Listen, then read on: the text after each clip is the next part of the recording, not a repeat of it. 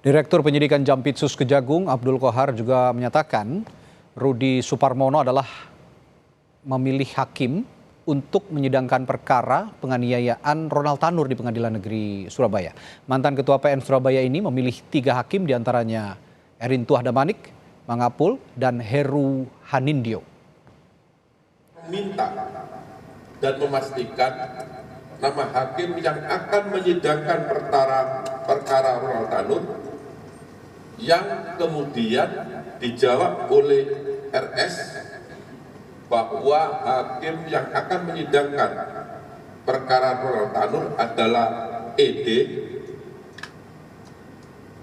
M, dan AH, dan meminta agar tersangka ED untuk ditetapkan sebagai ketua majelis hakim dalam perkara Ronald Tanur dan tersangka HH serta tersangka M sebagai anggota majelis hakim.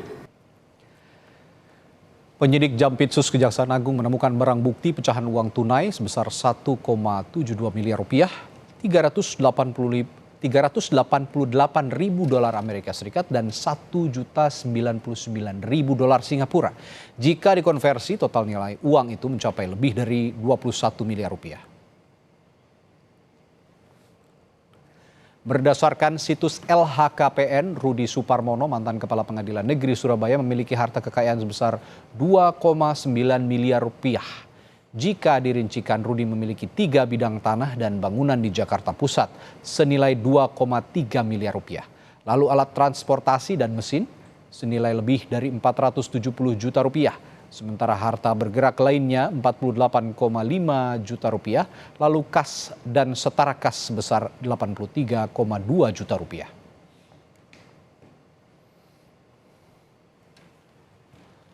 Pasca penetapan tersangka mantan Ketua PN Surabaya Rudy Suparmono oleh Kejaksaan Agung, Mahkamah Agung mengusulkan kepada Presiden untuk memberhentikan Rudy Suparmono. Juru bicara Mahkamah Agung Yanto juga menyatakan akan menghormati seluruh proses hukum yang dilakukan oleh penyidik dari Kejaksaan Agung. Ketua Mahkamah Agung menyampaikan dan menghormati proses hukum yang dilakukan oleh penyidik Kejaksaan Agung.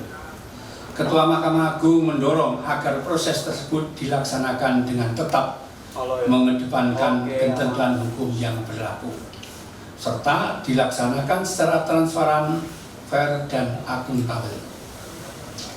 Ketua Mahkamah Agung akan menunggu surat resmi tentang penahanan yang dilakukan kepada Saudara R dan selanjutnya akan mengusulkan pemberhentian sementara Saudara R sebagai hakim